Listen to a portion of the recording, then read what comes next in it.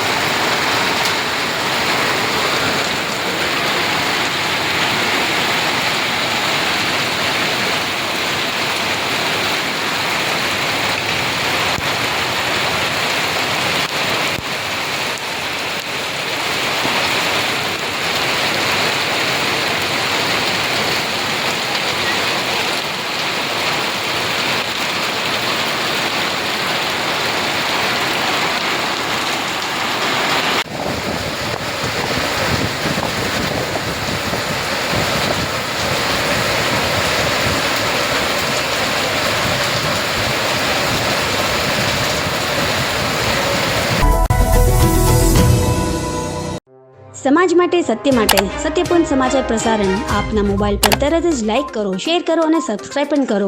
અને હા, ઘંટડી વગાડવાનું ન ભૂલશો. આભાર. સમાજ માટે સત્ય સાથે સત્યપુંજ. અહેવાલ, સમાચાર તથા જાહેરાત પ્રસારિત કરવા સંપર્ક સાધો.